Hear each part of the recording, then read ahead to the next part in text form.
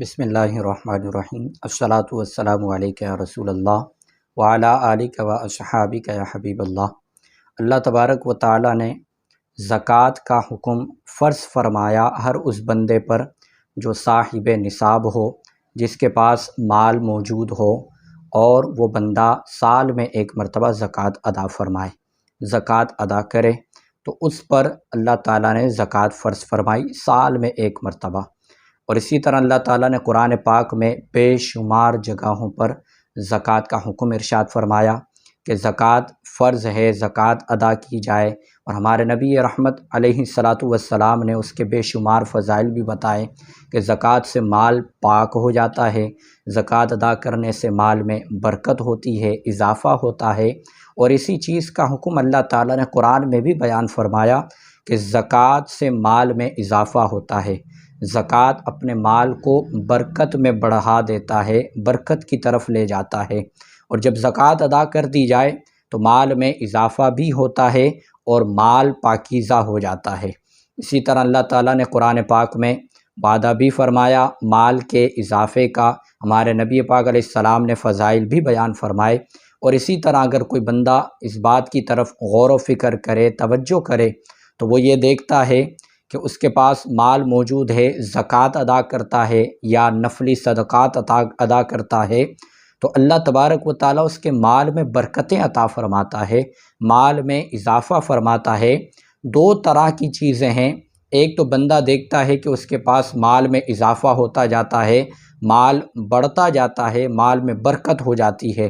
یہ بظاہر نظر آنے والا ہوتا ہے۔ اور ایک برکت یہ ہوتی ہے کہ بندے کے پاس اپنا مال موجود ہے لیکن مال میں اضافہ نہیں ہو رہا، لیکن جو مال موجود ہے اس میں اللہ تعالیٰ اتنی برکت عطا فرما دیتا ہے کہ مال کے اضافے کی اسے حاجت ہی نہیں ہوتی، جو مال اس کے پاس موجود ہے اسی میں برکت ہوتی رہتی ہے اور وہ مال بڑھتا جاتا ہے۔ تو اللہ تعالیٰ غیب سے مدد فرماتا ہے، کہیں سے بھی اللہ تعالیٰ اس کے مال میں برکت اور اس کے اجر کو دگنا کر دیتا ہے۔ اسی طرح ایک مثال جو ہمارے نبی پاک علیہ السلام نے حدیث مبارکہ میں بیان فرمائی، ہمارے نبی پاک علیہ السلام نے ملک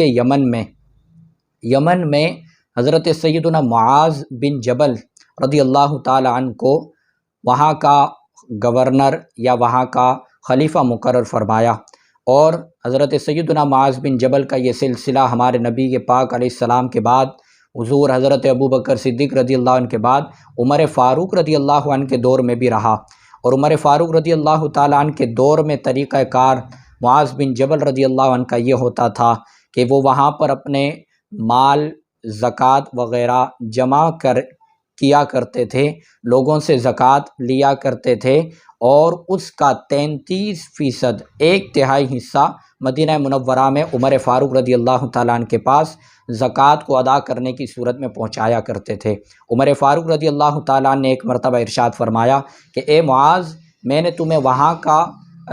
زکوٰۃ ادا کرنے کا اس لیے مقرر فرمایا ہے کہ تاکہ تم وہاں پر زکوٰۃ لو اور وہیں کے غریبوں میں، مسکینوں میں اور وہاں کے مستحقین میں اپنا مال صرف کرو، اس مال کو خرچ کرو۔ تو حضرت معاذ بن جبل عرض کرتے ہیں کہ اے امیر المؤمنین، یہاں پر کوئی ایسا شخص نہیں ہے کہ جس کو مال دیا جائے جو ایسا مستحق ہو کہ جس کو مال تقسیم کیا جائے۔ اسی وجہ سے دارالخلافہ مدینہ منورہ عمر فاروق رضی اللہ عنہ کی بارگاہ میں نے یہ مال پہنچا دیا۔ تو ایک سال یہ سلسلہ رہا، دوسرے سال پھر حضرت معاذ بن جبل نے اپنے مال کا آدھا حصہ 50% عمر فاروق رضی اللہ عنہ کی بارگاہ میں مدینہ منورہ میں پہنچایا۔ عمر فاروق نے پھر وہی جواب دیا کہ تم اپنے لوگوں میں اس مال کو تقسیم کرو، لیکن معاذ بن جبل فرماتے ہیں کہ اے امیر المؤمنین، وہاں پر کوئی ایسا شخص نہیں ہے کہ جن کو میں یہ مال دے سکوں اور جو وہاں پر مستحق ہو۔ عمر فاروق رضی اللہ عنہ کا دوسرا سال بھی اسی طرح گزرا، تیسرے سال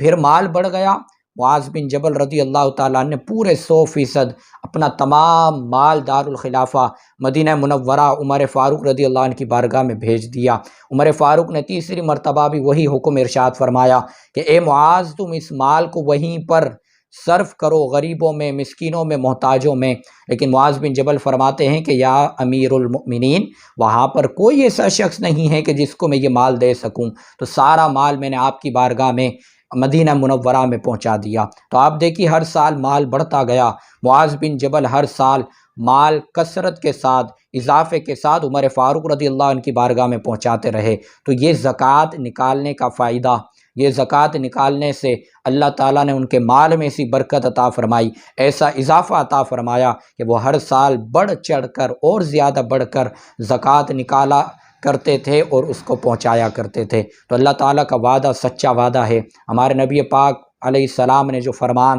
جو فضائل زکوٰۃ کے حوالے سے بیان فرمائے وہ برحق ہیں، سچے ہیں، اور ہمیں بھی چاہیے کہ جو صاحب نصاب ہیں جتنی زکوٰۃ ان پر بنتی ہے وہ اپنا صاحب نصاب ہونے کا فرض ادا کریں اور اپنے مال کو، اپنی زکوٰۃ کو مستحقین تک، غریبوں، فقراء، رشتہ داروں میں کوئی غریب ہو، مدارس ہیں یا دیگر کوئی ایسی جگہ کہ جہاں پر آپ کا مال صحیح طور پر پہنچ سکے، ان مستحقین تک اپنا مال پہنچائیں۔ اللہ تبارک و تعالی ہم تمام کے عمل میں اضافہ فرمائے، اللہ تعالی ہمارے رزق میں، کاروبار میں، روزی روزگار میں برکتیں عطا فرمائے۔